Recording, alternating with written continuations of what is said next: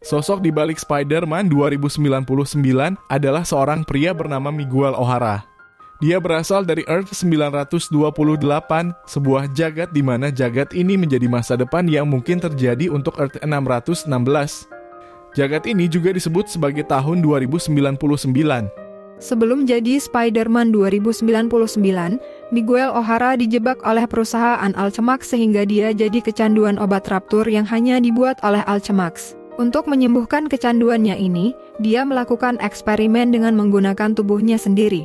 Namun, eksperimen ini disabotase oleh Aaron Delgado menggunakan genetik laba-laba. Harusnya O'Hara mati, tapi dia justru punya kekuatan laba-laba. Ini adalah kekuatan unik dari Spider-Man 2099, yaitu dia bisa berbicara dengan orang lain melalui telepati. Belum dispesifikan, namun kemungkinan kekuatan telepati ini karena Spider Sense dari Miguel yang penggambarannya lain, tak seperti Spider People lain. Peter Parker umumnya dan awalnya digambarkan menggunakan alat penembak jaring, sehingga jaringnya tidak organik. Peter yang jaringnya organik, dan kalian pasti kenal adalah Spidey Tobey Maguire yang jaringnya dari tubuhnya. Nah, Spider-Man 2099 juga jaringnya organik dari tubuhnya.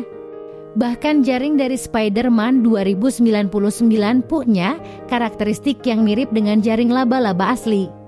Spider-Man 2099 di komik punya karakteristik unik lainnya, yaitu dia punya cakar dan taring yang tajam.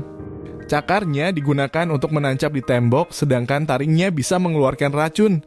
Racunnya tak berbahaya, tapi bisa melumpuhkan mereka yang digigit. Di teaser Across the Spider-Verse juga diperlihatkan Miguel dengan taring, tapi premisnya dikatakan kalau dia vampir. Belum diketahui vampir ini hanya sebutan, karena Miguel punya taring atau di filmnya nanti dia berkaitan dengan Morlun.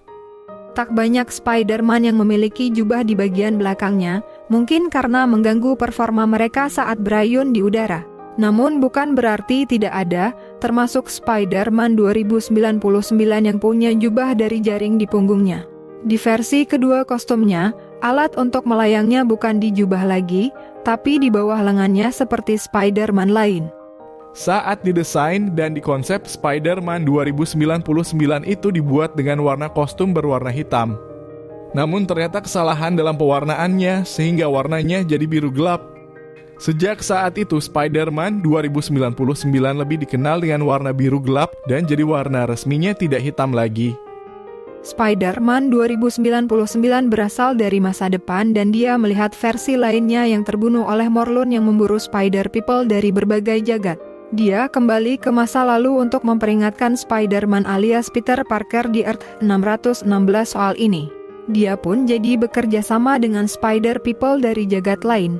Kalau di versi Across the Spider-Verse, diketahui kalau Miguel yang membuat tempat di mana para Spider People bisa saling bertemu dari jagat berbeda.